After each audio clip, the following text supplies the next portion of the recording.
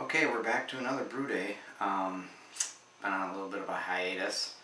Computer broke down and couldn't upload any videos.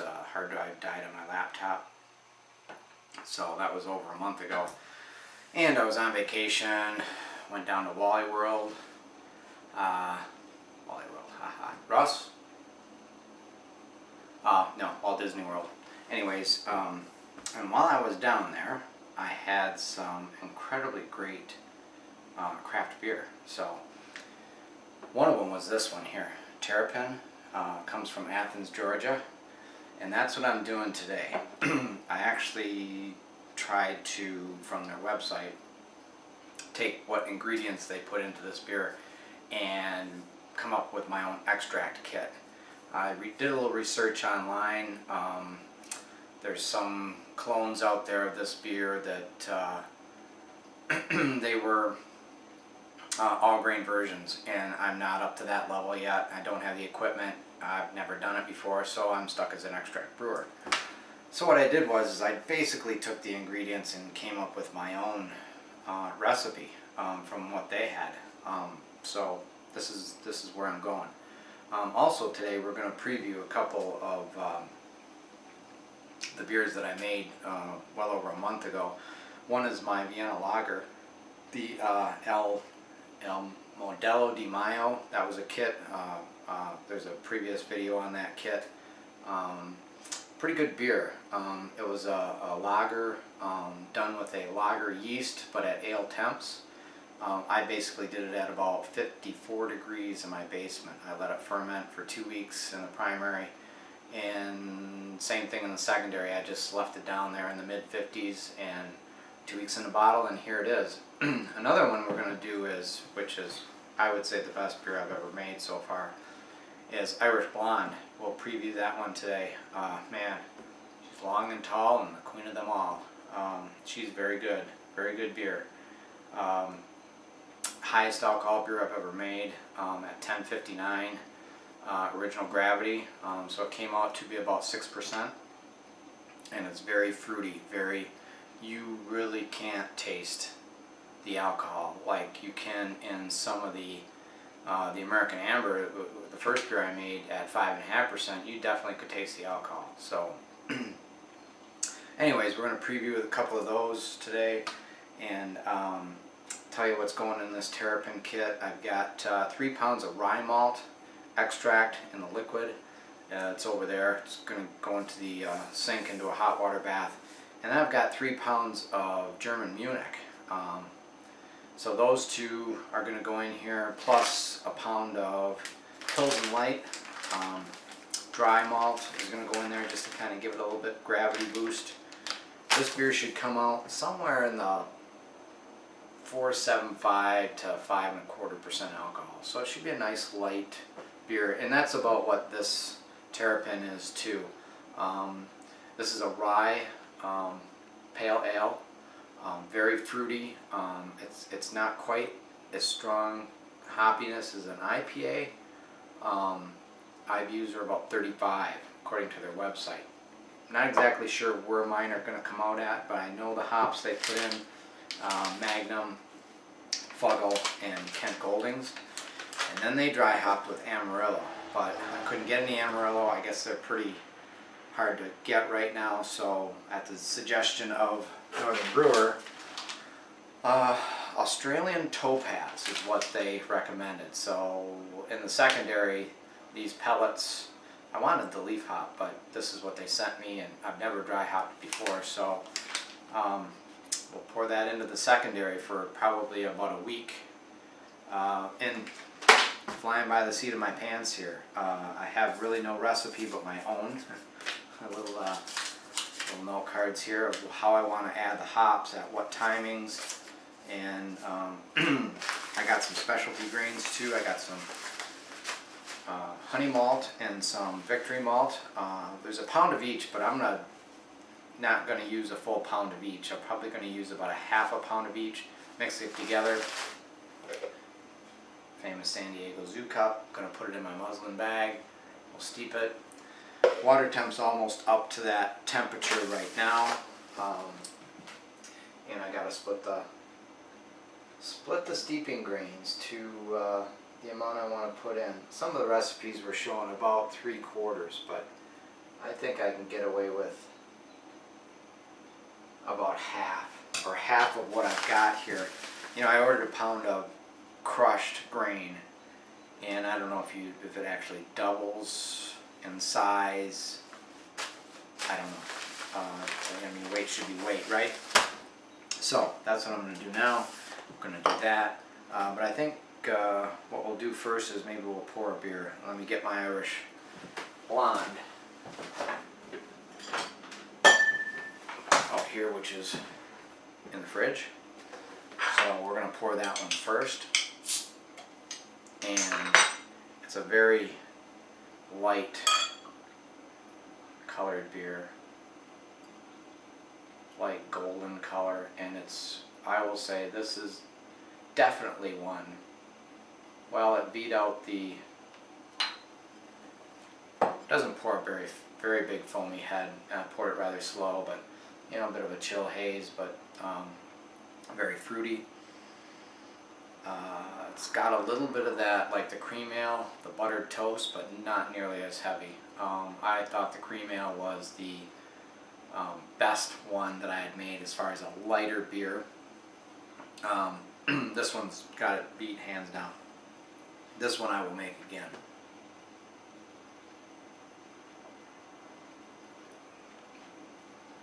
It's a great, you know, for as high alcohol as it is, it's a great refreshing flavor to it. It's got the fruity notes to it. Not a lot of maltiness, which is okay because I didn't really want a heavy malt flavor for like a summer ale. Again, 2 weeks primary, 2 weeks secondary, kind of the standard thing for this, but you really can't taste the heavy alcohol, and it's a little over 6%. So it's a very good beer, not very hoppy, just fruitiness is what's coming through on the hops. This had Liberty hops in it, and I think, I have to go back and look, but I think it was the German Pearl hops in it. No, not German Pearl. This one was Liberty. German Pearl was in a different one that I made.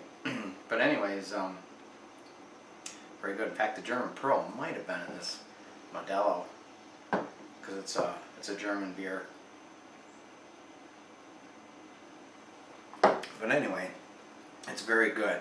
It's very, very good beer. So I better get my grains in, otherwise I'll never get this batch brewed today. So I'm just basically gonna measure out, just in a bowl here, what I think is maybe about half of what I think, because then I can make another batch. So,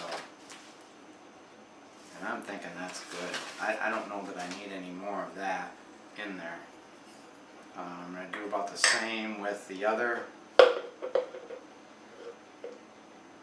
This is going to be a trick trying to get it in this muslin bag now that it's in a bowl.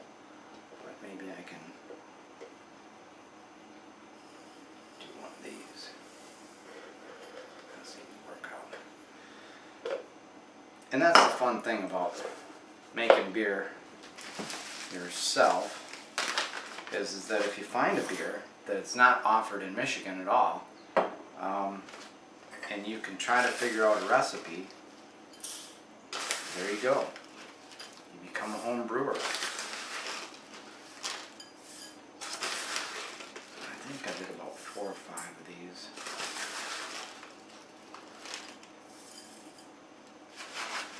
Split it between the two.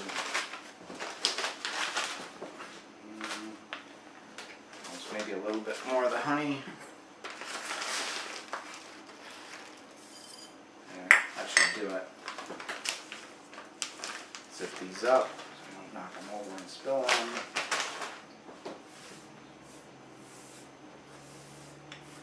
All the last little bits in there. So, anyways, I kind of fell in love with this beer when I was in Florida. That's probably about right. I mean, I don't really want any more than that. Put it all together, tie a knot in it, check my temperature, and then we can go on with preview. Set my timer. We're at just a little over 140. And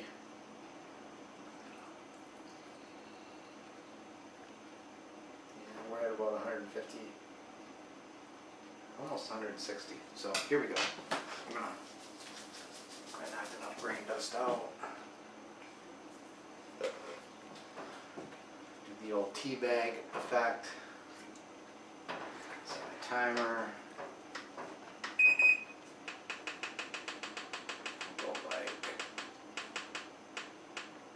25. This ought to give it a nice light color. And it was a very light colored beer, just a golden pale. Yeah, this is plenty of specialty grains. I don't have a lot left if this turns out to make it again, or if I have to tweak some things as far as hops go. If I have to tweak something in the future, because I really liked this beer. It was a very good beer.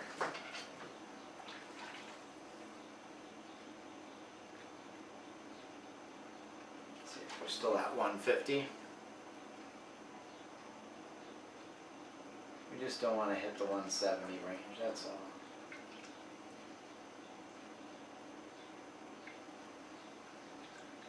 What's it smell like? I'm not really picking up any honey. So, we'll see. At about 160, I got this on kind of a low heat. Okay, so that's done. So now, we'll preview this one here, which is the lager.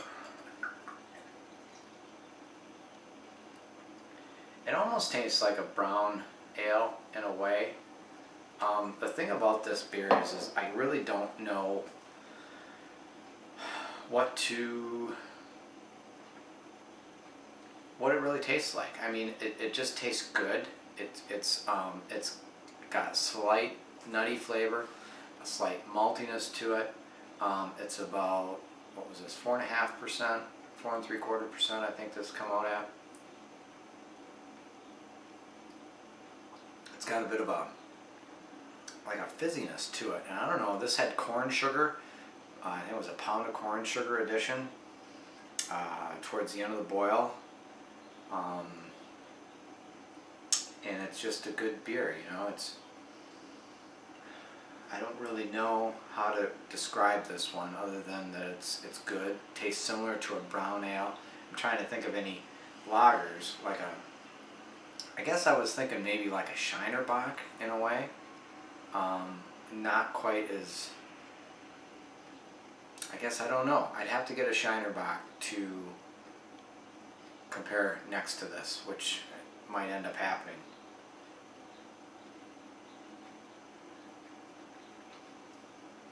But it turned out very good, and it's not very hoppy. I think this was the 0.75 of the Pearl hops in there. And it's just a good beer. You know, I just don't really know commercially what it would be near. The same thing with this. I really don't know commercially what this would be near either. This is just it's got a good fruity note to it. It tastes very light, but yet it's higher in alcohol. And I am going to make this again, definitely, for sure. There are some of the beers that I made, throughout this whole process since January that I won't make again. I decided I'm not going to make the American Amber again. I saved a bottle for 4 months, tried it, wasn't any different than day one, really. Wasn't wowed by it after 4 months. So, but this is a good all year, all around beer, but it's going to be a good summer beer.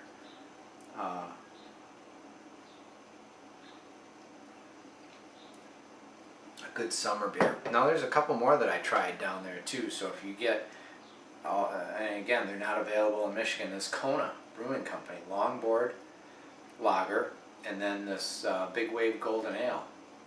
And I would say maybe that this Irish Blonde is similar to the Big Wave Golden Ale. I had all of these beers down there in Florida, and when I came back home, my Irish Blonde was ready to drink. So, you know, it carved in the bottle. Same with this one here, carved in the bottle while I was gone. And so, you know, I had no idea what these were going to taste like, but in a way that Irish almost tastes like this Big Wave Golden Ale. This was a very good, bit of a little maltier than this. And then of course this lager here was very good. Nice light, very good beer. Out of the two, they were kind of neck and neck. I kind of like the Longboard a little bit better. And then of course I brought the bottles home because they're not offered in Michigan either. Closest I can get these is I'd have to drive to Ohio. But Terrapin, I'd have to drive quite a ways for this one. It's not offered up here, and they have, both these companies have some beers on their websites that I'd like to try that look very good. You know, the general red ales and browns and all that. So, but I really like this Terrapin. It's got that hoppy, the rye really comes through, which is different. I've never made a beer with rye. And it's got quite a few of the hop additions. Gonna go with the Magnum. I believe I'm gonna do full 60 minutes on the Magnum. I was gonna do 45, but I'm gonna do the full 60 Fuggles. I'm gonna go 30 minutes. And then the Kent Goldings, I'm gonna split this ounce into two. One is gonna go in at like the last 10 minutes of the boil. I think that's what I have written down, 10 minutes of the boil. And then, no, actually 20 minutes of the boil. And the second part will go in at 10 minutes left. So that's where I'm going to be at those. And I'm using a Y Yeast 1272 American Ale 2, which I guess will give it a bit of a fruitiness. That's what this beer had, was a bit of a fruitiness flavor to it. It was very good, so I hope this turns out. Really do. I'm really excited about it. And I might be getting down to, you know, my last brew of the season until fall, because so far I've been fermenting up here in my front bedroom. That bedroom was in the mid-60s through the winter. Well, my basement is 60 degrees right now, so I can still ferment down there, but I have no idea what it's going to be in mid-July or June. Not only that, I don't know if I want to be cooking on the stove when it's 85, 90 degrees out. You know, I don't have the equipment to go outside to do the boil outside, so this one might be my last one for a while. Although I did think about getting another kit of this Irish Blonde and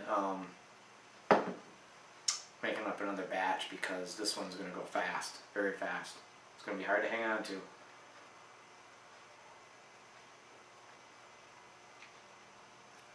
Very good. Yeah, it does remind me of this Big Wave Ale, Golden Ale. But anyways, that's where I'm at today with my brewing. This is batch number 11. I'm getting a nice brown golden color, very similar to this Irish Blonde. Gotta get my stuff in the hot water bath and see what my temperature is before I sign off. Should be holding in the 150s. Got 17 minutes left to go. Yeah, we're pushing about 158, 160. That's good. We'll keep it in that range.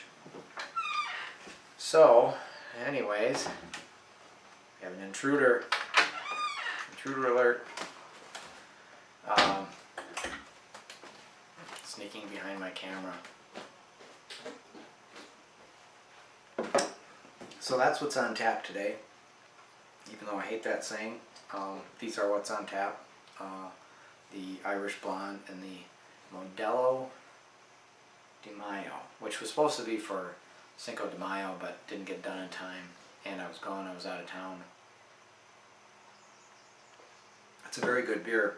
It's a kit, so if I ever want to brew it again, I got the recipe for it anyway.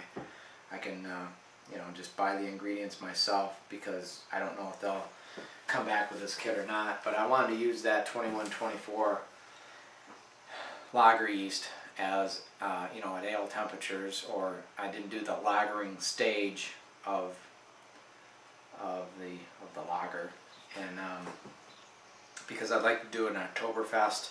I did wash some yeast and save some of it. I don't think it'll be any good in time that I do this, which an Oktoberfest, which would be in the fall. So anyways, that's it for today. We'll come back with a tasting notes on this Terrapin clone, and we'll let you know how it turns out.